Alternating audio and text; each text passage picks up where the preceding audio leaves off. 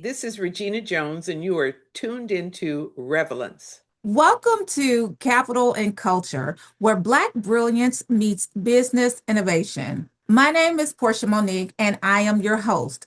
And today's conversation is more than a documentary spotlight. It's a masterclass in resilience, media ownership, and Black storytelling before the world of social media and representation matters. She helped shape a culture long before it was trending, building one of the first publications devoted to Black music and voices.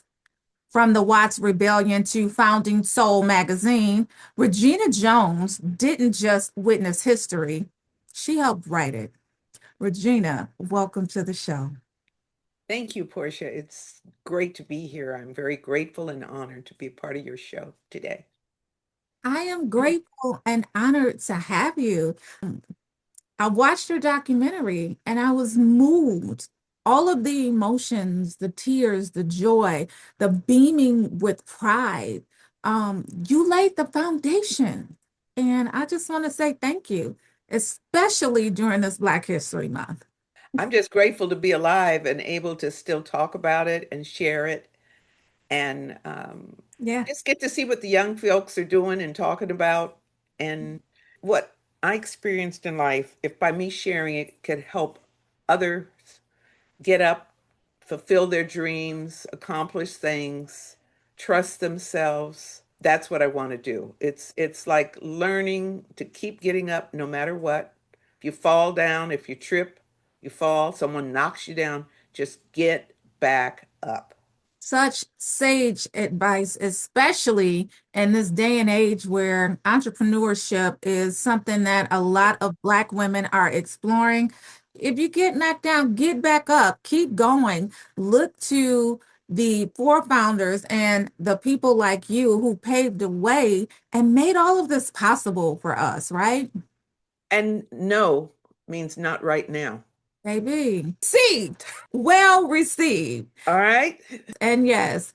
So who in the hell is Regina Jones? When I Really? find out, I'll tell you because I'm still learning. And I'm loving that I'm still learning, that there's so much still to learn Yeah. about myself, about my friends, about the world, about life.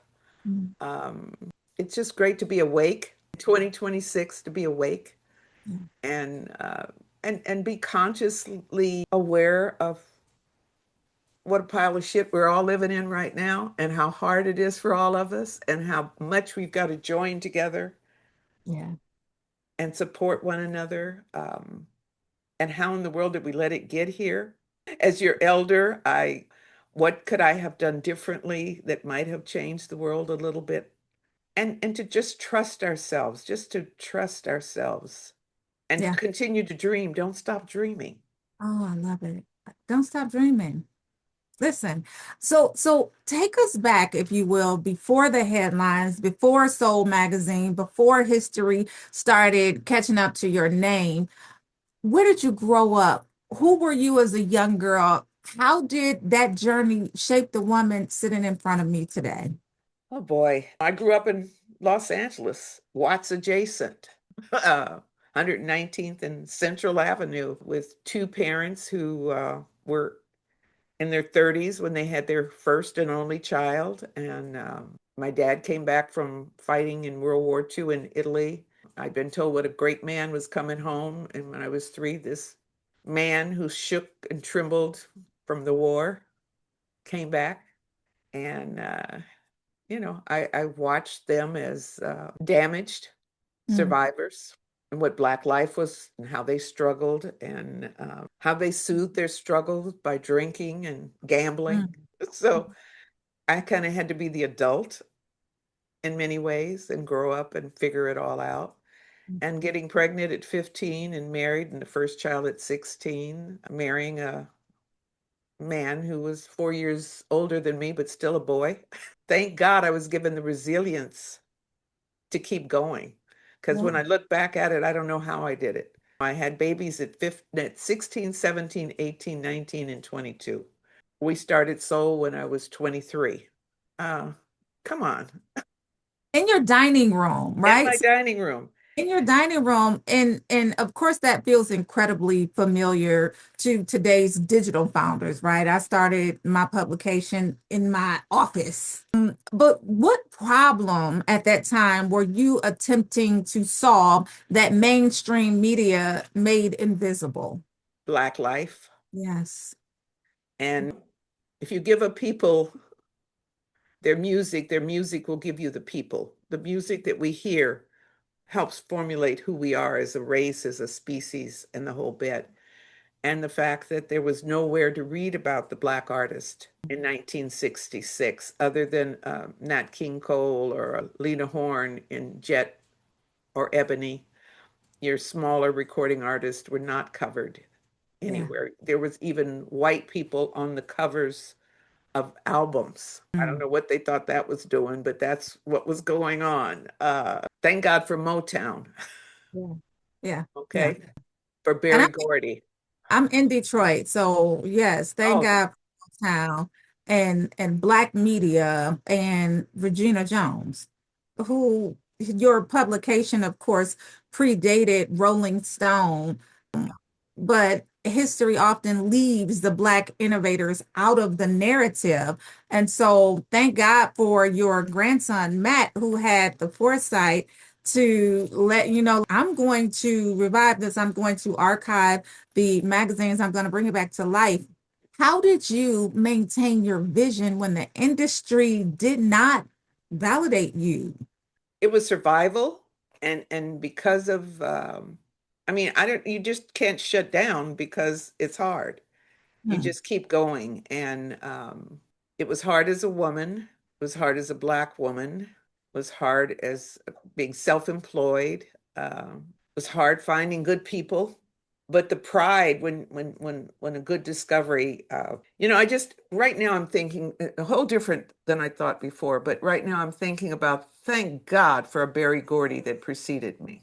And that was somewhere that Junius Griffith was his head of publicity at those days. And he saw soul and made sure we got carte blanche. Yeah. And Barry was always cooperative. Any artists we wanted, we had them. And I can remember finding in my files a letter to Bob Jones, who was later publicist for Motown, saying, "Dear Bob, I'd like to stop doing interviews at Motown because the artist is more censored and saying what is politically correct versus being open and talking. So we need to come up with a neutral place." What in the hell did I think I was? And we Yeah. did it. Okay. Al Bell, Stax Records. Good God Mm. Almighty. Okay. Oh, I mean, just a kind, wonderful human being. And these two were out there fighting and then watching Kenny Gamble and Huff Mhm. come. Just these are legends that embraced soul, embraced myself, embraced my husband, Dick Griffey at Solar Records. It's the Angels. And unfortunately, there were no women out Mm. there. Yeah. Um, there were a couple in New York. I want to say Queen's Booking and this Ruth Bowen. There's an attorney I know her named Louise West. These are pioneers. Yeah. And, understand it wasn't easy to make a long distance call or be in touch like we are now. So we didn't intimately know each other. And there was nobody out here. There was a woman from Detroit, Joyce Miller, Mm-hmm. who was a record promotions woman who had moved here and had befriended me and Ken and Soul, helped us get it started. Um, Yeah. First Black woman in publishing, Brenda Andrews, is to this day my dear friend. Love it. But Yeah. there were no numbers of us. We were isolated, and we didn't get to really talk and mingle because we were fighting for our lives. But thank God you did, and God will always provide, right? And so you had everything that you needed to be successful on the outside and on the inside, but He provided, and you are still here with us today to tell your story. Look, So, and I had a mama who gave up her work to take care of my kids so I could run Soul. Thank God for mamas. Okay? There's no way without somebody cooking for them kids, Yes, dropping them off at school and picking them up. yes. No, Could I I know. have done anything? Because there was no childcare in those days. And I know firsthand my mom did the same thing for me. She retired early. She moved out to Michigan from California and she cooked for the kids, took care of the kids. It was like, girl, I gotta go. Bye. We got uh pass to pay. So let's go. I Yeah, love it. yeah. And they were paving their paths, Yeah, yeah, yeah. because they're pushing us and letting our dreams come true. And also instilling into the kids because Lord knows we ain't had time. Give them what you gave us. One of my sons, we were laughing about how there's two things about this particular son, Kevin. One time he had busted something out front on his body, and I'm hollering, "Stay on the porch, don't come dripping blood all over the carpet." Nobody got time to clean it up. Listen, I get it. I get it. Now, that isn't good mothering, but that was the best I had. How you ask your grandma? I love Yeah, it. no, and I have no regrets, Yeah. Portia. I lived a fantastic life, and God bestowed every bit of it on me. And every time I was down and out, God always instructed someone to reach a hand out and lift me back up. And when there was no hand to be lifted, if I needed to crawl up myself, God showed me what I could grab a hold of to Mm. pull myself back up. And this happened over and over again. You don't run businesses without some casualties. I loved handling the press and publicity for the NAACP Image Awards. I handled it for 13 of their shows. But the last one I did, I could see the signs that I was not going to be able to work with the new head. And so I told him at the end of that show that night, I won't be back Mm. next year. Hmm. Okay. I knew it wasn't going to work. And I got the heck out of there. Right. We see the signs. And I'm glad they've gone on and done very well, but I knew it wasn't going to work for me. I Yeah. loved working the one year that Suzanne DePass came in, and I remember her saying to me, "Why didn't you warn me?" You say you should have seen the writing on the wall. You saw it wasn't back. Yeah. Hmm. Uh, yeah, just lovely people. There's so many people I want to just thank for my life, like I said. Yeah. Um, a lot of good people. Dick Griffey saw in me after I'd lost my business, my mother, and my marriage, and I'm trying to pull it back together. The marshals showing up at the front door with subpoenas for debts for the printer and stuff like that. And Dick invited me out to dinner, and I didn't know what for. I figured he needed something somewhere. I didn't know what. I Mhm. went and we're sitting there making small talk, and I finally say, "Why are we here?" All right. Because I got real issues. Come on. He says, "I want to hire you as my vice president of publicity." And I said, "I don't know how to do publicity." And he says, "I'm willing to pay you for 6 months to prove you do." And I Mm. said, "When do I start?" Mm. Okay. Mhm. So 3 years working with him, I grew and learned so much more. I was 83 through 86. I got to work with Jesse Jackson on the presidential campaign in 1985, first presidential candidate on Saturday Night Live. I got to put together a luncheon overnight for Bishop Desmond Tutu, who was coming to town. Dick's like, "Oh, I'm having lunch with Tutu." And I said, "Oh, when? Next month?" "No, next week." Figure it out. We had no internet, we had nothing. I Mhm. invited you by telegram. And I remember Suzanne calling to say Diana Ross would like to come, but she needed a good seat. I said, "Got it." I set her right next door to Bishop Desmond Tutu because I knew that would thrill him. How exciting. And then that between you and then Diana Ross being there, Angie Dickinson, quite a few people, the press was just all over the restaurant up Yeah. front Yeah. and what he stood for. Yeah. And Dick Griffey allowed me to be in that realm. Exciting times. Yeah, one time his daughter came to me with something. Her name was Regina, also Regina Griffey. And I blew up. "Why do you always come to me with your stuff at the last minute?" Hmm. And she says, because Daddy told us to do it ourselves, but if we can't, then take it to Regina. Oh, I didn't know that. I was pissed at his butt, but he knew I was a troubleshooter. yeah, If I can't do something and I hate this and I'm stuck and you got the gun there, it means nothing to me. But when I right. hear it click, something happens. Yeah, yeah, yeah, The yeah, answer comes. yeah. Hmm. And I'm sorry. Oh, that's okay. She can't hear, and she's 14. She's older than me, so That's I okay. have a lot of compassion. She's cute. Um, but your stories remind me of working in Black media, and my entire journalistic career has been with Black media, and it has been the figure it out, sink or swim, get it done, little to no time, make it work. That's right. And you just have to pull a rabbit out of the hat every time. So Over and over again. over and over again, repeat those successes over and over again. Yeah. Now, let's talk about some of the younger building years, right? So you were building your publication while, of course, raising five children, navigating marriage, work, community expectations, people with last minute problems to fix, right? How did you maintain optics, the appearance of holding it all together, even when life behind the scenes felt heavy? But I was cool. It looked good. The facade, girl, was intact.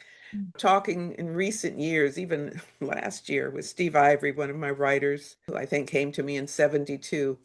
And Steve says, we didn't know any of what you were going through while you were running the paper. You didn't bring it to the office, but it wasn't part of the office. Right. I wasn't supposed to. Right. Ken and I could be fighting in our marriage, but they didn't know it. It was none of their business. The kids could be having trouble at school. I didn't have the money to pay the printer.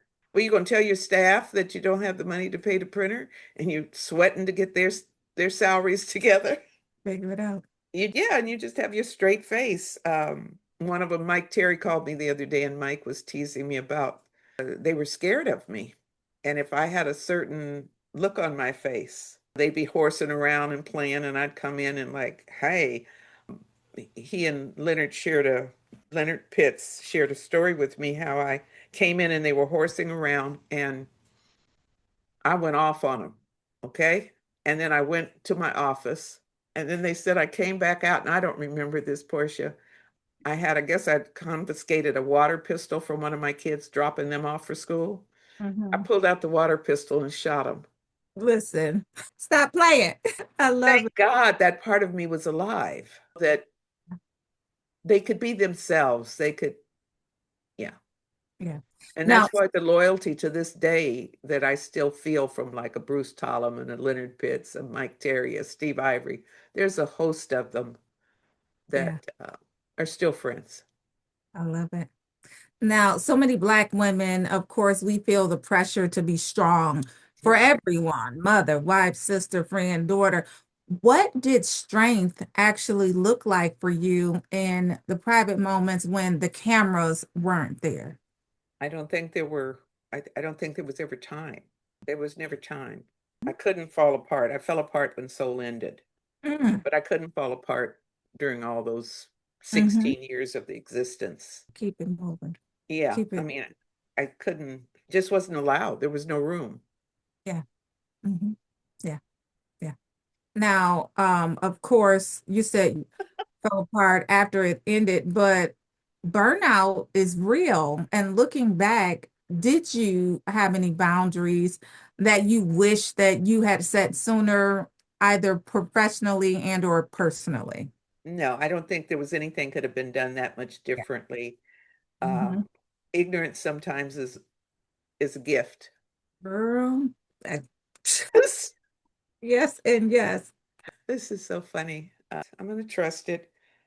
One time, my poor husband had come home much too late at night, and I was really angry. And that morning, I got the kids up, got them loaded, the car for school, pulled the car out the driveway, pulled back up, put it in park, said, "Stay here, I'll be right back." I went upstairs, went in the room, picked up the porcelain lamp on the nightstand, and start beating the man. Sometimes, push and push and push, and sometimes things like this happen. One So, of my sons, the oldest, came to see what was going on, came in, and the lamp is gone.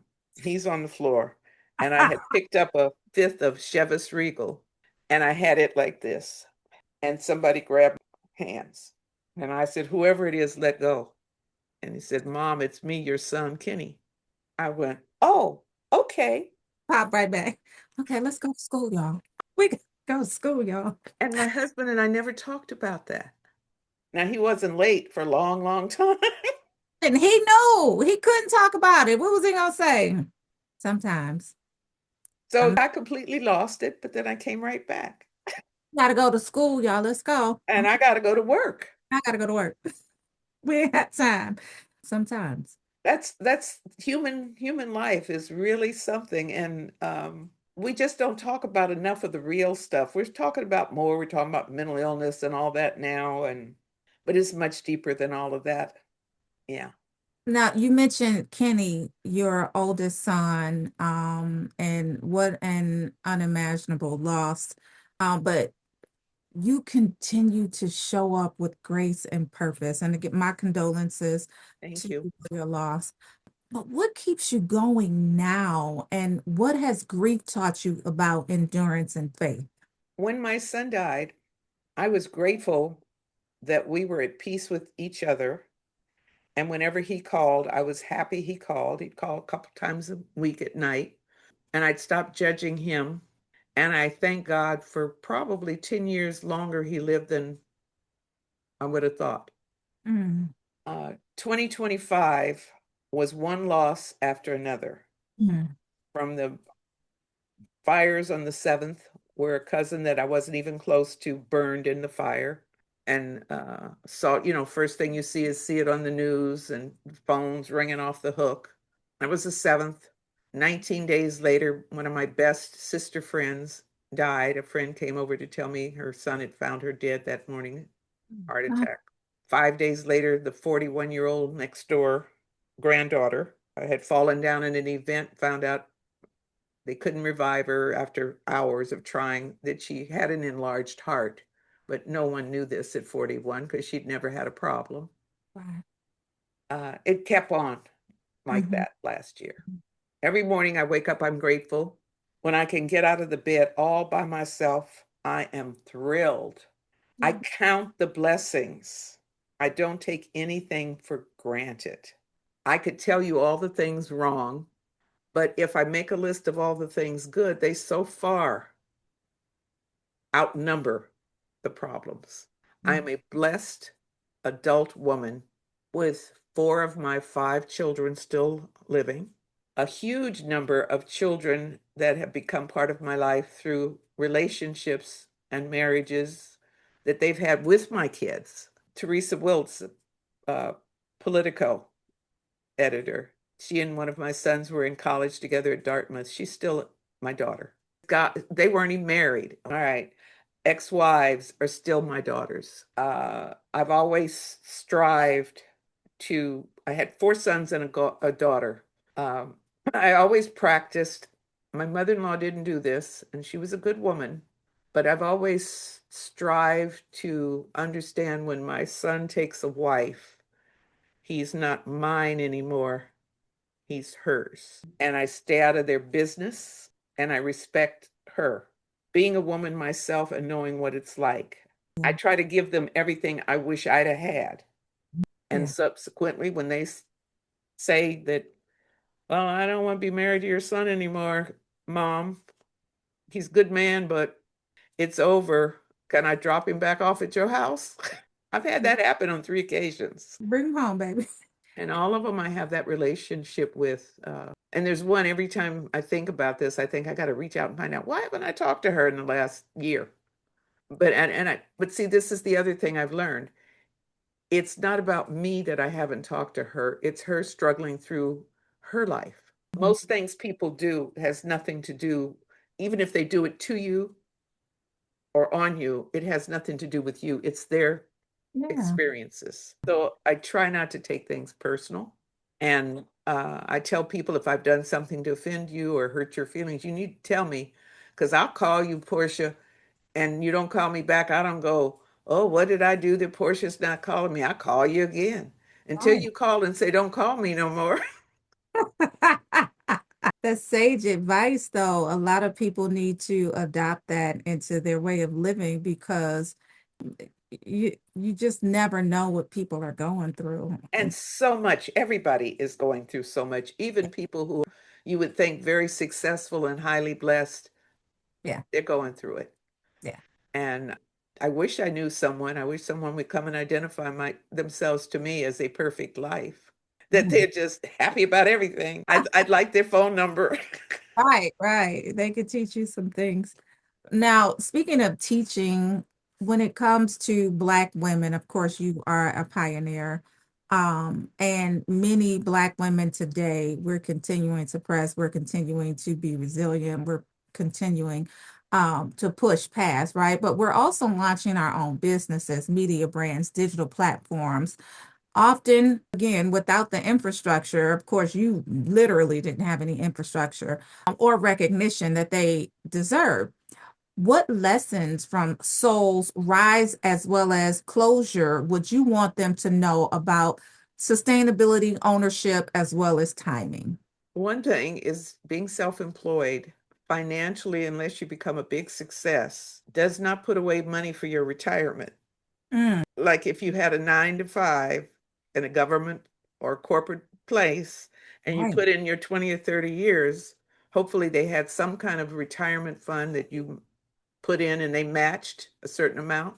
But when you're self-employed, you don't have that because that dollar went to pay for some business expense to keep it going. Yeah. That to me is serious, and I'm facing it. If I wasn't blessed to be living with my daughter and her husband, Hmm. I couldn't survive on Social Security. Hmm. Hmm. Okay. Yeah. We don't think about that, and we've got to start planning like that. And if that means just taking the price of 2 lattes a week and putting it in a cup versus drinking it, we got to Yeah. do that. That's really hitting me now, watching the cost of living and watching other people suffer who don't Mm, have a daughter and a son in love. yeah. Take care of them. All right. Yeah. Um, get that set up in your business real early.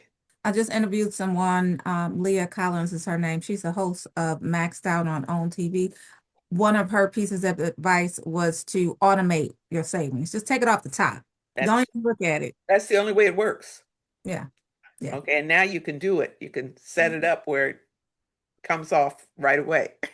You don't even see it. And I don't know about building relationships anymore. Like I said, if it wasn't for like Barry Gordy and the advertising support and Al Bell and the Stax advertising support, I don't know how we'd have made it. And those were personal relationships. It was kicking down the door to finally get, during Black exploitation film era, advertising contract out of Universal Studios. And I had to go totally militant and show up at the building, Yep. not going to leave without a contract Right. or fighting the early guys that were representing the liquors and the cigarettes and stuff to get advertising contracts, meeting with, I don't know what you guys do now. I have no clue what it must be like. Then it was, you knew the people, you could at least find them and start haunting them down. I have no clue how you guys are doing it now. I wouldn't know how to start a business right now. I Mhm. still have a dream of doing a soul TV series of what it was like in the soul office. Oh, I hope so. Yes. And Yeah. it would be, it would be the funny stuff and the serious stuff. Yeah. And Yeah. the artist would be in and out, and because they were in and out of the office. I think about Crazy Johnny Amos, a comedian who worked up at Soul and helped us out. And Johnny was insane, but you know, Yeah. Yeah. meeting Denise Nicholas when she first came to Los Angeles, and Max Julian brought her up to the office. Mhm. And It would be And we entertaining. still are in touch with each other. I love it. And it's good that we've, gone our different ways, and then but thank God there was a core. There was a Yeah, core that stuck. And yeah. she's on her book tour now, and I've got an interview that conflicts with when she's I want to go next week. And I'm trying to figure out how I can get as quickly from where I'm going to where she'll be to support her. I love it. That's the power of relationships. You build and maintain powerful and great relationships that'll take you all the way through life. So, It does. And they're the people you can talk honestly with when you're hurting. Without being a victim, you can talk because you've seen the good, the bad, and the ugly in one another's lives. So you don't even have to talk that. right. You don't even have to preface it and get Yeah. right to it. But it's not easy. I'm not going to tell you, but I'm proud of everything I see pop up with what women are accomplishing. I used to be flippant about it. I would say when women started getting allowed to be business professionals, that civil rights did that for Mm. women. We didn't free the blacks like we were supposed to, but we freed women to a certain point. And it Yep. was all women that got free from that. And Caucasian women need to understand that too. Uh, Yes, yes. Biggest benefiters of DEI. But you mentioned that you would go into those offices and you would have to be militant and that you wouldn't come out without a contract, right? So you navigated those spaces when, of course, you weren't welcomed. What strategies helped you to maintain that dignity and authority in those rooms that underestimated you? because I had so much on my shoulders that I Yeah, had to one choice. deliver. I had no, it wasn't like, oh, let me think about this. I had to go get it. I tell the story of, and I love Clarence Avant, and I was good friends and loved Jackie Avant. But Clarence and I did business together. When he first moved to LA, I met them. It was at their home. And Clarence had a record company. I think it was Sussex Records and Bill Withers and things like that.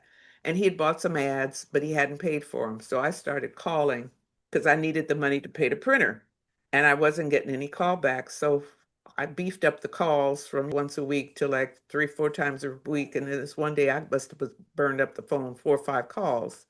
He finally came to the phone and he proceeded to cuss me out, call me everything but a child of God. But that was just his style. It wasn't personal. That was him. And then he said, "Are you still there?" And I said, "Yes, sir. Now may I come pick up my check?" And then he said, "You crazy bee, come get it." And I jumped in the car and I went and got my check. It wasn't about fighting with him. And if I had to listen to myself be demeaned a little bit to go get my money, I'm on my way. I knew he cared about me. Yeah. I knew he had struggles and challenges too. Yeah. Yeah. We had a joke that would go when I'd call the house in the last years. Who's this calling? I said, it's Jack Clarence, it's Regina. Who? I don't know, no Regina. Well, I didn't call to speak to you. I called to speak to your wife anyway. This is how we, Get off the phone.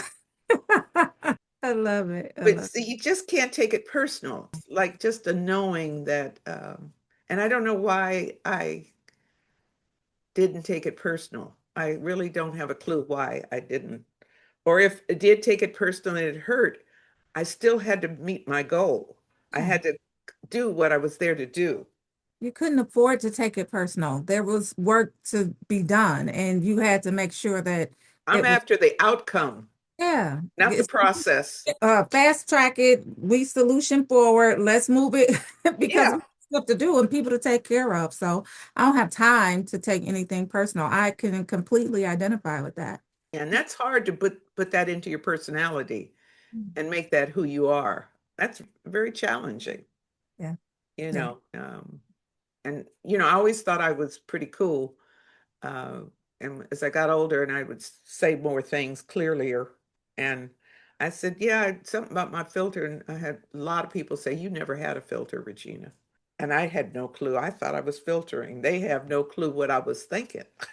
Hey, says you, because if I would have said what I wanted to say, But lots of respect. And as a Black woman, early on in my business, I must say that I did get a lot of respect.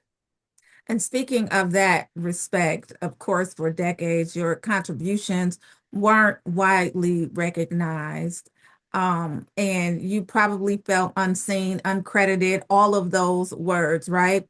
Nope, Oh, good, good, good.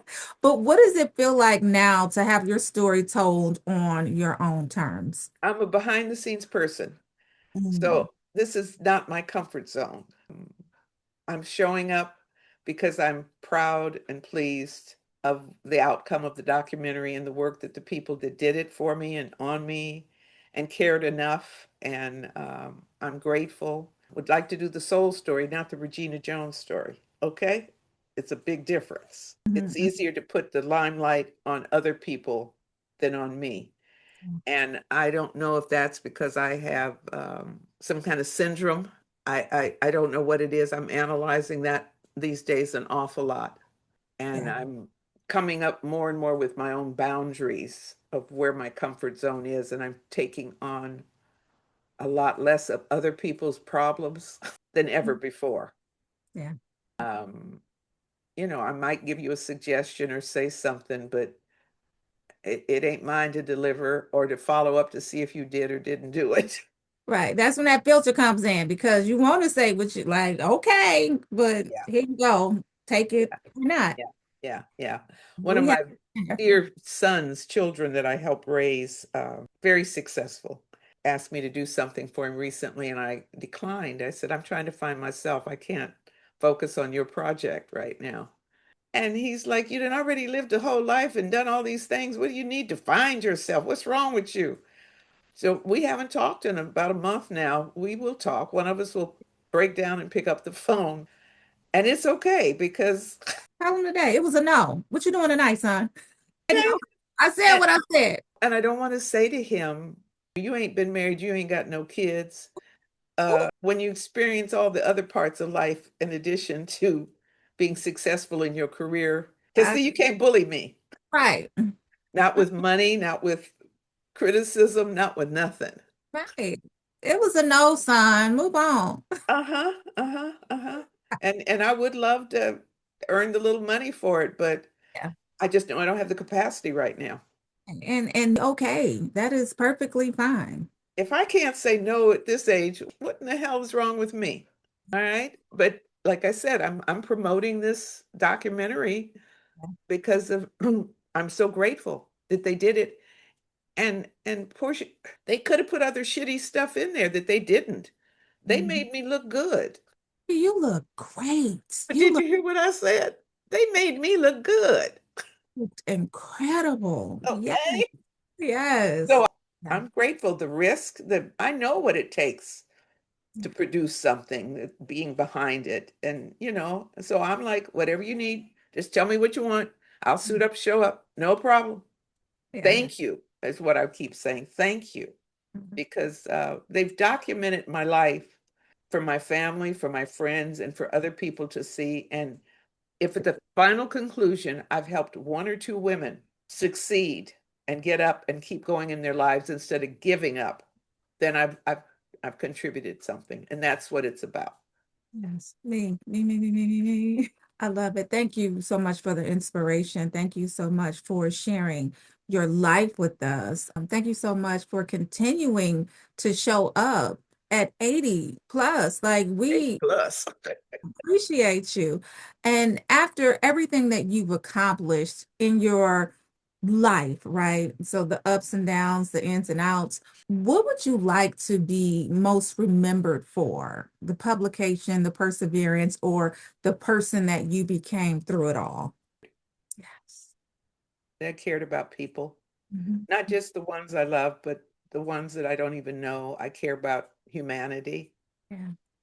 and I love men, but we're totally different species. And it took me this many years to really understand and accept the fact that they are a different species that we never really figure out, as they never really figure us out. And if God had not given us reproductive organs and the sensations that make us fall in love with a toad at the right time of the month, there'd be Mhm. no people in the world. Right, right. Because we are different and we need to acknowledge that and figure out how to enhance one another that way and to love and support one another better. The human, we just need that. And that's what I want to try to contribute to. And I'm not sure how, but maybe that's the mission that's going to be from here on Yeah, is how to help people love one another. I love it. Yeah. Um, Last question, legacy. You've built such an incredible life. And when you look back at it, the risks that you took, the spaces for the doors that you opened, what is the legacy that you hope lives on long after the headlines fade? The innate gifts that Black people have been given has kept this country going since we were brought here as slaves in creating, developing, keeping it going, and we're still contributing on so many fantastic levels that no one's acknowledging. And it's so important to keep people aware of that because it's so easy to think of differences and separations versus unifications. That's it. Regina Jones, your story certainly reminds us that legacy isn't just about the platforms that we build, it's about the doors that we open and the truth that we leave behind for the next generation. Thank you so much for reminding us that Black women have always been the architects of culture. Listen, even when history forgot to say our names, and for anyone watching, this is proof that resilience isn't just survival, it's authorship of your own story. Happy Black History Month. Thank you for making the history that you did, and thank you for being the incredible path paver that you are. We appreciate you and Thank you. everything that you've contributed to our society. If it wasn't for you, Black media, would we even exist? Yeah, Listen, you paved the way. Thank you so thank much. you.